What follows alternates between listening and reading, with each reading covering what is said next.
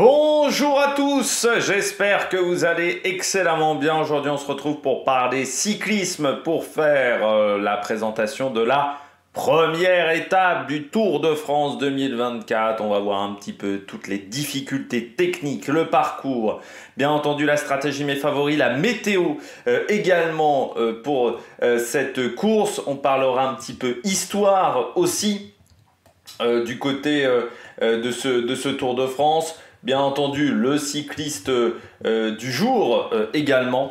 Voilà, le programme est chargé pour cette première étape. Et voilà, on aura beaucoup de choses à dire. N'hésitez pas à vous abonner à la chaîne, à réagir dans les commentaires, à mettre un pouce bleu, à partager la vidéo sur les réseaux sociaux, notamment auprès de vos proches. Si vous pensez que ça peut les intéresser, dans les commentaires, n'hésitez pas à me donner vos 3 favoris et votre grosse cote pour cette première étape. Vous pouvez également réagir dans les petits sondages dans l'onglet communauté juste après l'arrivée. Bien entendu, on se retrouve en short TikTok pour faire le débrief de cette première étape. Si vous avez les moyens et que vous voulez soutenir mon travail, vous pouvez faire un super thanks et je remercie les gens qui le font. Vous pouvez aller également donc mettre la petite cloche si vous voulez soutenir mon travail, parce que plus vous cliquez rapidement sur une miniature, sur une notification, plus la vidéo est mise en avant, et forcément avec la petite cloche c'est un petit peu plus facile car vous êtes au courant des dernières vidéos qui sortent sur la chaîne, surtout si vous mettez toutes les notifications. Première étape de ce Tour d'Italie, départ extrêmement musclé pour cette première journée avec du kilométrage premièrement, et puis des difficultés aussi au programme de cette journée. Il va falloir être tout de suite dans le coup sur ce Tour de France, hein. On sait que ces 4 premiers jours sont difficiles. Et font peur à beaucoup de coureurs, parce qu'à part l'étape de Turin, sinon les 3 autres journées vous pouvez vous faire avoir. Demain ça sera une étape très punchy, et puis bien entendu l'étape numéro 4 qui sera déjà une grosse étape de montagne avec une arrivée en descente. On n'aura pas beaucoup de temps pour se mettre dans le bain, en plus 25-30 km, pas plus, donc il va falloir tout de suite trouver son rythme, car la première côte de la journée arrive très vite. Dommage dans ce parcours, c'est qu'on aura 26 km entre le sommet de la dernière difficulté du côté de Saint-Marin et l'arrivée à Rimini. C'est vrai que ça va permettre, pourquoi pas, à des groupes de se former, et ça me semble compliqué pour un coureur en solitaire de réussir à tenir pendant 26 km la dragée haute à un peloton qui sera peut-être à sa poursuite. On pourrait donc voir des regroupements dans le final, et puis il faudra peut-être avoir donc une pointe de vitesse pour s'imposer avec, pourquoi pas, les sprinters punchers, des profils à la Brian Cocard. Peut-être un peu trop dur pour Brian Cocard, mais peut-être à la Michael Matthews, à la Søren Kragh Andersen, Mathieu Van Der Poel, qui pourraient être performants sur ce type de journée. Donc c'est peut-être eux qui seront les favoris de cette étape. Et puis attention, quand même 206 km. Le kilométrage de ce début de Tour de France est assez important sur notamment Turin. Ça sera l'étape la plus longue de ce Tour de France, donc ça aussi c'est à prendre en compte. Dénivelé positif, 3847 mètres. C'est la 7e étape dans ce classement. C'est l'étape de montagne la plus simple techniquement. Ça reste quand même corsé. Alors soit on considère que c'est l'étape de montagne la plus simple, soit on considère que c'est l'étape de vallonnée la plus dure. Et puis pour le classement de la montagne, eh bien, vous pouvez récolter 23 points au maximum, ce qui peut déjà faire un petit pécule pour des baroudeurs qui voudraient récupérer le maillot à pois. On regarde tout de suite la présentation du parcours. Voilà l'étape, cette première journée du Tour de France qui, comme on le disait, va être extrêmement corsée entre Florence, Firenze et Rimini en Italie. On part de Toscane pour aller en Émilie-Romagne. J'ai envie de dire qu'il y a à peu près 30% de l'étape qui se passe en Toscane, 70% de l'étape qui se passe en région d'Émilie-Romagne, en sachant que oui, vous avez aussi un petit passage du côté de Saint-Marin, où on ira de nouveau demain. On ira dans un lieu mi-Saint-Marin, mi-Italie, on y reviendra là-dessus. 206 km pour débuter, c'est long. C'est long, surtout qu'il y a des difficultés sur cette journée parce que, comme je vous le disais, il y a des points grimpeurs à aller chercher. On part de Firenze vers Pontassieve di Comano ensuite et on arrive au San Godenzo pour aller récupérer le Colle Tre Faggi, 12 km 6 à 5,4 de moyenne, col de deuxième catégorie au kilomètre 49, c'est-à-dire à 150 7 km de l'arrivée, le Colle Tre Faggi. Vous voyez, bon, on est sur 12 km 6. C'est une montée classique de deuxième catégorie, des passages à 7,5%. On a 3 km là, entre le kilomètre 3 et le kilomètre 6. C'est un petit peu compliqué, sinon ça reste quand même très roulant pour cette montée. On redescend pour aller récupérer la côte des Forche, 2 km 5 à 6,7 de moyenne au kilomètre 77,5. Cette côte qui est assez courte, qui est une côte vraiment pour puncher, 7,6%, 7,7 pour la suite dans cette montée des Forche, qui devrait permettre de prendre quelques points, mais pas forcément de créer des grandes différences dans le peloton. On arrive à Santa Sofia avec le sprint intermédiaire au kilomètre 86. Et puis la dernière difficulté de cette première moitié de course avec le Passo del Carnaio, 10 km 1 à 4,7 de moyenne, côte de troisième catégorie. Et là on sera encore à plus de 100 km de l'arrivée par ce Passo del Carnaio. Avec deux premiers kilomètres compliqués, notamment un passage à 9,5%. Je rappelle que c'est la moyenne sur le kilomètre, donc c'est-à-dire qu'il peut y avoir une pente qui est bien plus importante sur 100 mètres, parce que je rappelle que le minimum du côté du Tour de France, c'est les pentes sur 100 mètres. Quand on vous dit pente max 15%, c'est sur 100 mètres. Voilà. Sur 100 mètres, déjà, ça fait un peu mal, mais 9,5% sur le kilomètre, je trouve que c'est un peu plus représentatif. Et puis ensuite, ça devient un peu plus rectiligne avec une zone beaucoup plus plate sur la fin du côté du Passo del Carnaio. On enchaîne avec une zone de plat sur la suite. Une grande zone de plat même, alors que là, je ne sais pas si ça va me retrouver. J'ai fait une mauvaise manip, mais du côté, oui, ça c'est Paris-Nice, je ne sais pas pourquoi ça me met Paris-Nice. Donc pour la suite de ce top, j'ai fait un double clic qui était malencontreux. On enchaîne ensuite avec une portion de plat, de descente même pendant une bonne vingtaine de kilomètres avant de rejoindre le gros morceau de cette étape, c'est-à-dire entre le kilomètre 129 et le kilomètre 189, 70 km, où on aura au programme 2 côtes de deuxième catégorie, 2 côtes de troisième catégorie. Ça commence avec la côte de Barbotto, 5 km 9 à 7,6 de moyenne. On sera encore à 70 km de l'arrivée pour cette côte de Barbotto. Mais là, on est sur des pourcentages, 7,9%, 7,284 et puis surtout 9,8% dans la portion noire. Encore une fois, c'est la moyenne de kilomètres, donc ça veut dire qu'on aura des passages un peu plus importants en termes de pourcentage. On redescend ensuite, et là on va faire en fait les montagnes russes parce qu'on redescend. On a les 4-5 km de plat avant d'atteindre la côte de San Leo, 4 km 8 à 7,6 de moyenne au kilomètre 157 pour cette difficulté. La côte de San Leo, vous voyez, là encore un passage à 9,7%, et puis pas de pente véritablement facile, certes c'est que 5 km. Bon, on a toujours du pourcentage, ça oscille entre deuxième et troisième catégorie, cette montée de San Leo.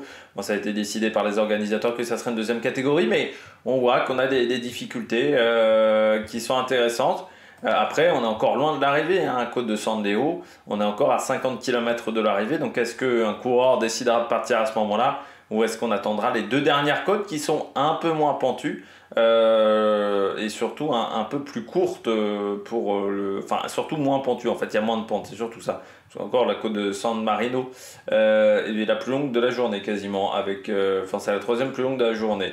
On va y arriver, la côte de Monte Maggio, 900 mètres à 9,1%. Ensuite, la pente devient de moins en moins importante.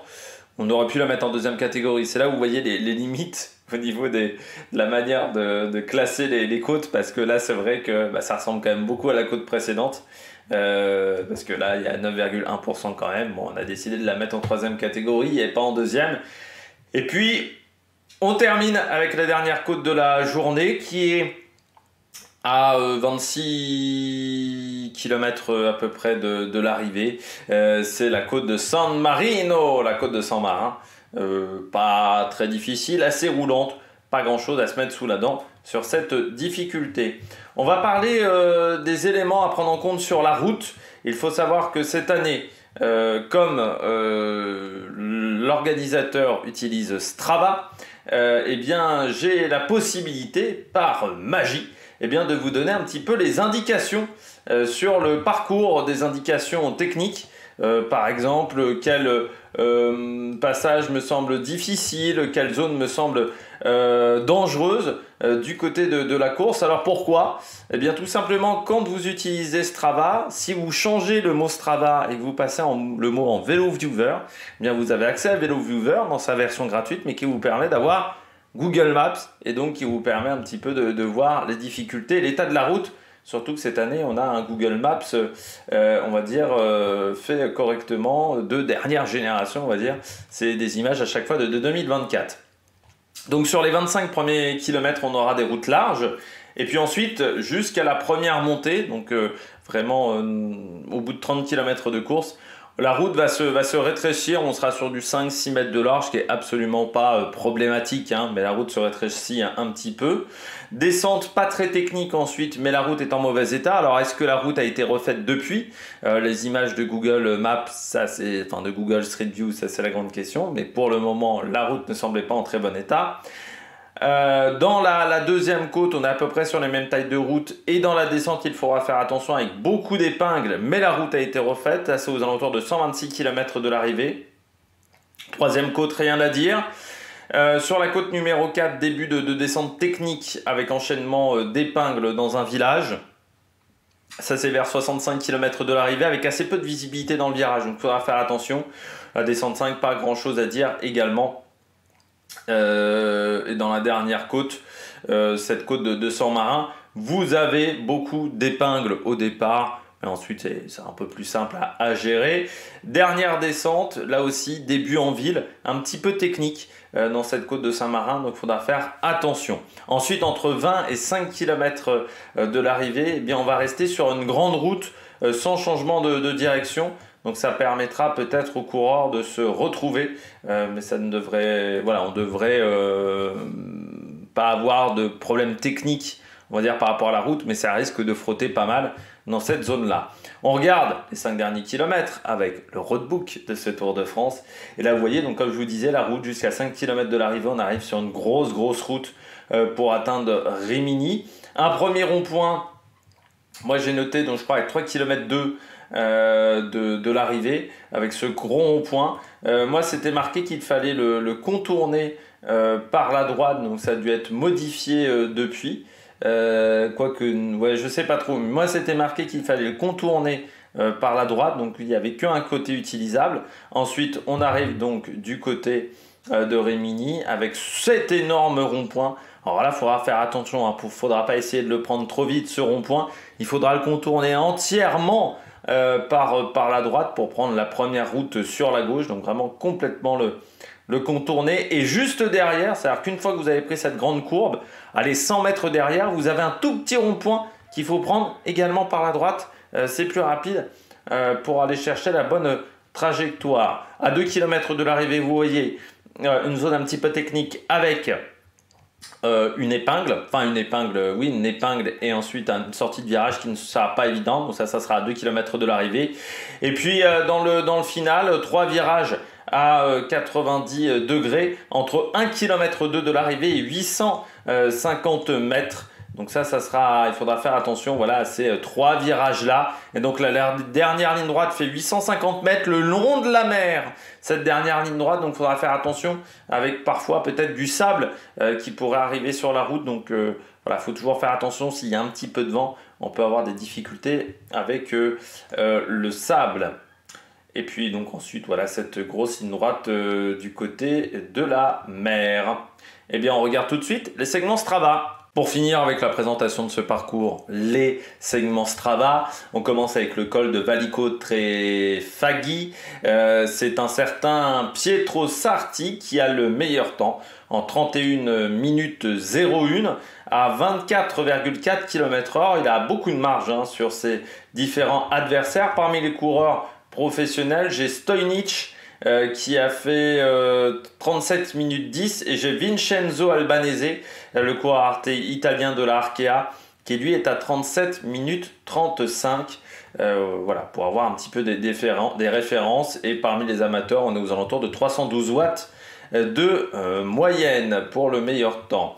La côte des Forques, et bien là, c'est Andrea Baggioli qui a le meilleur temps pour les professionnels en 5 minutes 46 avec 373 watts, 26,2 km/h. Il y a également un amateur, Sébastien Castagno Munoz, qui a le même temps. Lui, c'est à 360 watts de moyenne. Parmi les autres très bons chronos de coureurs professionnels, David Ebaïs, 5 minutes 48, ou encore un Jake Stewart en 5,49. Donc on est vraiment, comme on le disait, sur une côte de puncher. La côte de Carnaio, 10 km quasiment et demi de montée, eh bien là le meilleur temps a été réalisé en 2017 par un certain Lorenz Stendam. Il avait fait 24 minutes 26 pendant le Giro. Lorenz Stendam à 25,9 km/h de moyenne, donc 333 watts. Joe Dobrowski lui avait fait 25 minutes 06 sur cette même montée. Sébastien Henao lui était à 25 minutes 13. On poursuit avec la côte de Barboto, la première côte de cette dernière partie de course. Alors là, c'est un certain Ben J qui a réalisé le meilleur temps en 17 minutes 50. Pavel Sivakov, lui, a fait 18 minutes 11 chez les professionnels. Et parmi les anciens professionnels, Darwin Atapuma, le Colombien, avait fait 18 minutes 38 avec 330 watts de moyenne à 18,6 km/h. Un Nils Politt a fait 19 minutes 07. Donc vous voyez qu'on va tourner autour des 18 minutes normalement pour les coureurs du peloton professionnel, pour les meilleurs. La côte de Sandeo, c'est un ancien professionnel, Paul Double, qui avait fait 12 minutes 14 avec 22 km/h de moyenne, 343 watts réalisés sur cette montée. Parmi les coureurs de professionnels, j'ai Sébastien Reichenbach en 13 minutes 19, 20,2 km/h à 387 watts de moyenne. J'ai également un certain Gianmarco Garofoli qui avait fait 12 minutes 49 à 21 km/h de moyenne. Les deux dernières côtes de la journée, la côte de Montemaggio, Manuel Seni, 11 minutes 01. Pour lui, dans cette difficulté à 22,7 km/h de moyenne. J'ai Alessandro Monaco, par exemple italien, qui avait fait 11 minutes 18 à 22,1 km/h. Antonio Di Bali, lui, avait fait 11 minutes 20 à 22,1 km/h. Pour avoir un petit peu une idée des chronos. Et puis la dernière montée, la côte de San Marino. Alors, le meilleur temps, Diego Pescador en 14 minutes 22. C'était en 2024, au mois de mai.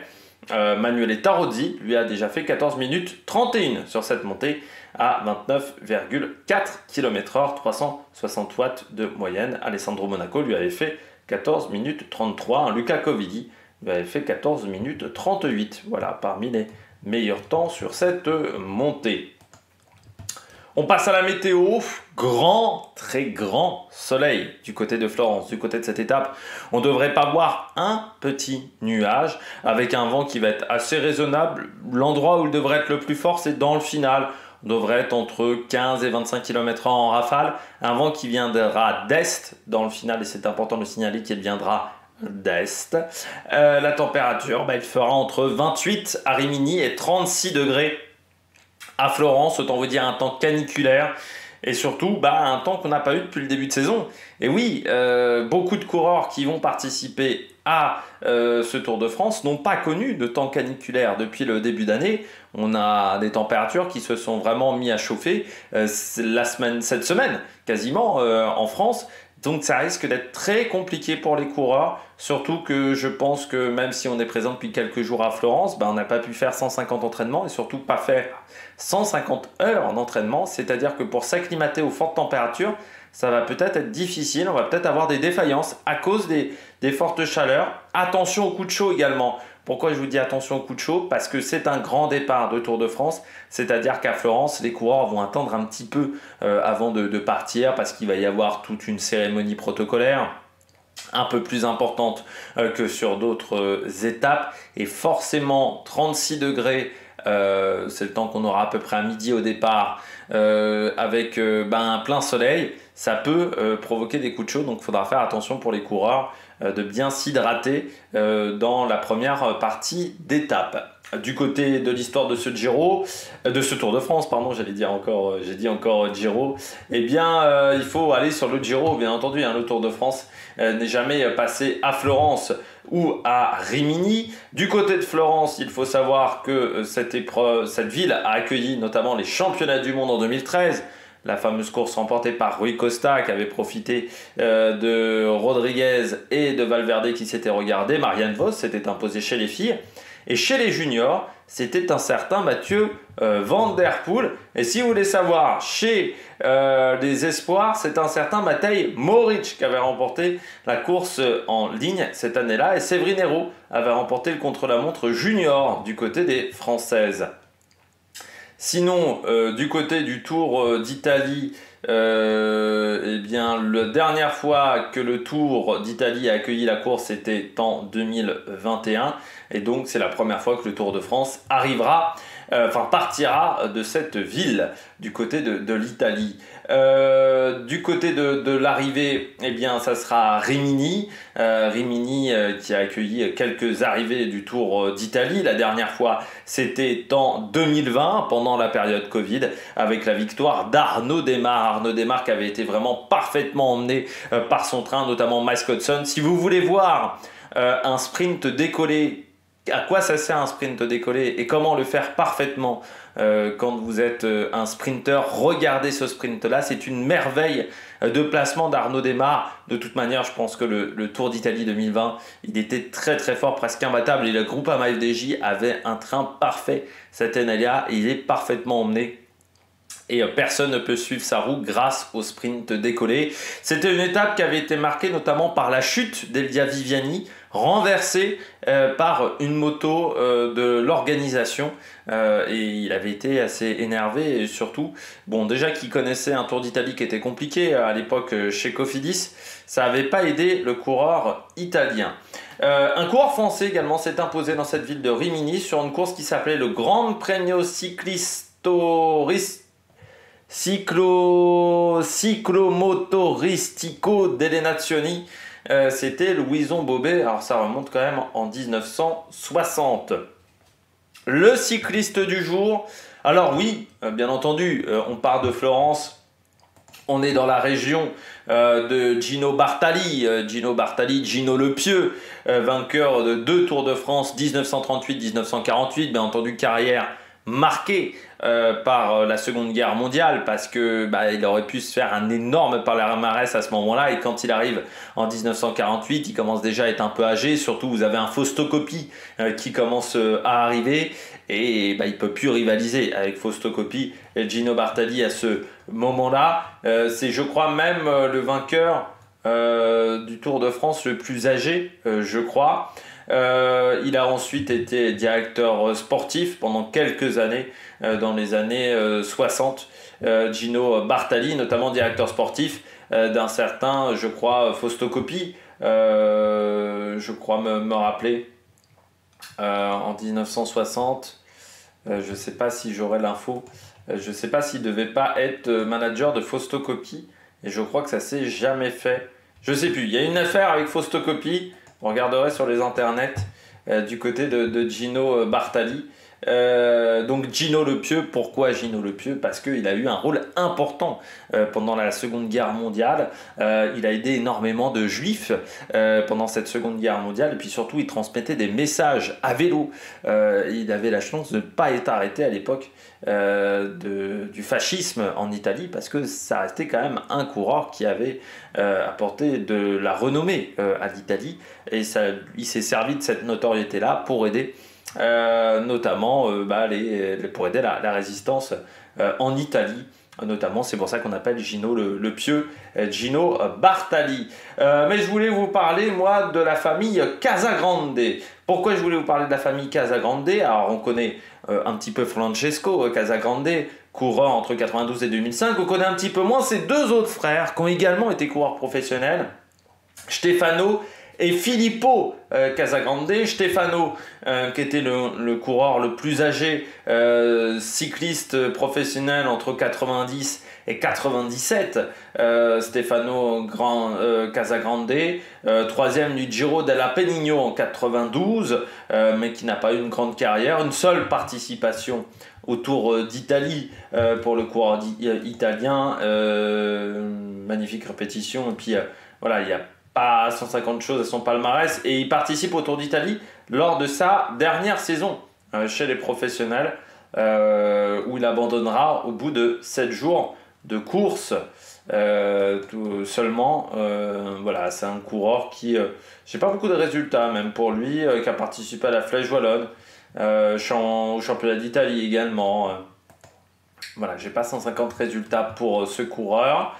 Filippo Casagrande, lui c'était le plus jeune de la famille, coureur professionnel du milieu des années 90 à 2002 du côté de la Fassa Bortolo. Dernière année compliquée à la Fassa Bortolo, il va courir assez peu. Il a remporté une étape sur le Tour d'Italie, c'était en 1995 lors de sa première année chez les professionnels. C'était l'étape numéro 5 à Tortoreto Lido. Et puis on le verra également vainqueur de la Coppa Agostini, vainqueur également d'une étape sur Tirreno Adriatico.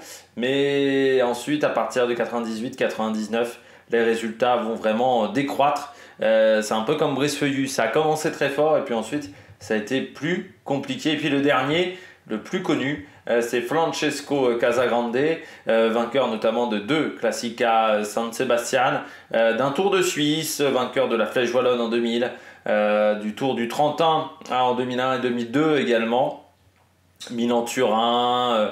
Vous avez également 14 participations sur des grands tours, 8 Tours d'Italie, 3 Tours d'Espagne, 3 Tours de France, sans avoir forcément eu énormément de réussite sur ces épreuves-là.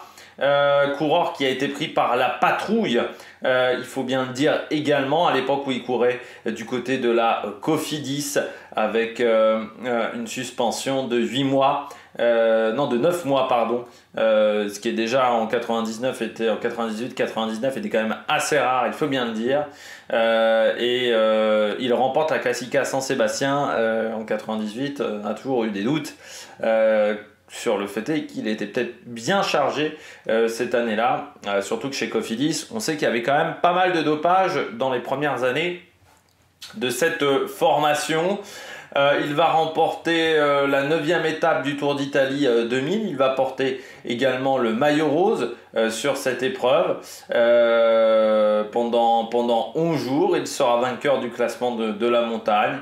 Et puis en 2002, il sera exclu du Tour d'Italie lors de la 15e étape après avoir mis un coup de coude à un adversaire, ce qui l'a fait tomber dans la balustrade et ce qui lui provoquera un gros traumatisme facial. Top 10 sur le Tour d'Espagne, c'est en 2002 où il finit 7e, et puis 6e également du Tour de France 97, mais c'est un coureur qui a souvent abandonné aussi, et puis je crois qu'il a remporté le classement UCI de la Coupe du Monde des classiques à l'époque. Casagrande, je vais essayer de retrouver ça, oui, le classement UCI en 2000, après avoir remporté notamment la Flèche Wallonne et après avoir fini 10e des championnats du monde sur route cette année-là. Le classement des coupes, des classiques UCI qui était, on va dire, un petit peu l'ancêtre du Pro Tour et donc du classement World Tour actuel. Du côté de la stratégie, je pense qu'on va avoir de l'action. Parce que même si, imaginons, un Pogacar ne veut pas faire grand-chose, je pense qu'il y a des adversaires qui vont vouloir se tester, qui vont vouloir voir comment sont leurs jambes, tout simplement. Et puis même si on n'a pas forcément d'animation pour le général, on aura peut-être de l'animation pour la victoire d'étape sur cette journée parce qu'on devrait voir une échappée assez nombreuse, vouloir également prendre les points du classement de la montagne du maillot à pois. Après, je ne suis pas sûr que cette échappée arrivera à prendre beaucoup d'avance parce que je pense que les leaders voudront aller chercher la gagne. Ensuite, j'ai du mal à savoir ce qu'on peut avoir. Je doute d'avoir une victoire d'un leader en solitaire qui arriverait à faire 26 km tout seul parce qu'encore une fois, les routes dans le final sont assez rectilignes. Soit un groupe de comptes qui arrive à sortir dans les dernières difficultés avec pourquoi pas un leader qui arrive à s'en sortir comme ça avec 5-10 coureurs, ou pourquoi pas un sprint également avec une cinquantaine de coureurs à l'arrivée. Du côté du sprint, si ça arrive, il faudra sprinter côté gauche vu que le vent viendra de la droite, donc pour se protéger un maximum du vent et pour que les adversaires surtout vous protègent du vent. Du côté des favoris, je tente Tadej Pogačar. On sait déjà que sur le Tour d'Italie, il voulait faire le spectacle lors de la première étape. Il a dit qu'il ne s'est jamais senti aussi bien. Maintenant, il faut qu'il le montre. La question est, est-ce qu'il voudra prendre le risque de garder le maillot pendant 21 jours de course parce que la grande question est de savoir la fatigue que ça peut entraîner pour Tadej Pogačar. Autre favori, Van der Poel. Et oui, parce qu'en cas d'arrivée en petit comité, Van der Poel, ça sera un coureur très dangereux forcément. Et là, je ne pense pas que Philipsen arrive à passer sur cette étape. Je mets également Thomas Pidcock, se méfier du coureur britannique. Si ça roule fort, si Van der Poel par exemple ne court pas à 100% sur cette étape ou n'est pas encore bien physiquement, et bien Thomas Pidcock, je pense que ça peut être une autre carte. J'ai pas mis Van Aert parce qu'on aurait dit en temps normal, Van Aert, c'est une étape qui lui correspond parfaitement, cette première journée, sauf qu'il a eu une année tellement compliquée que je ne sais vraiment pas dans quelle situation physique il aborde ce Tour de France. Et puis en grosse cote, j'ai mis Tobias Alland Johannesson, grosse pointe de vitesse du côté du coureur de la Uno X, pas forcément le coureur le plus surveillé également, donc dans un petit groupe, ça peut être un coureur dangereux. J'ai hésité à mettre Bettiol aussi, parce qu'avec le maillot de champion d'Italie, ça aurait de la gueule, quand même, la victoire d'étape du coureur italien. Du côté du programme télé, départ fictif à midi, le col de Valico Trefaghi à 156 km de l'arrivée entre 13h51 et 13h58. Santa Sofia, le sprint intermédiaire à 119 km de l'arrivée entre 14h44 et 14h57. La côte de Barboto à 70 km de l'arrivée. Là, je vous conseille quand même d'être devant la télé à ce moment-là, entre 15h54 et 16h14. Et puis pour les retardataires, le sommet de la côte de San Marino, eh bien, ça sera 26 km de l'arrivée entre 16h57 et 17h24 pour une arrivée prévue entre 17h34 et 18h05. Une arrivée un petit peu tardive pour cette première étape. Il y aura quelques arrivées comme ça. On sera entre 17h30 et 18h sur ce Tour de France 2024. Et bien entendu, nous on se retrouve juste après l'arrivée des coureurs pour faire le débrief déjà en short et en TikTok et puis ensuite sur YouTube à partir de 21h. Et bien nous on se retrouve ce soir pour faire le débrief de cette étape et puis demain 7h pour la présentation de l'étape numéro 2. Allez, ciao ciao sur la Mélec Production.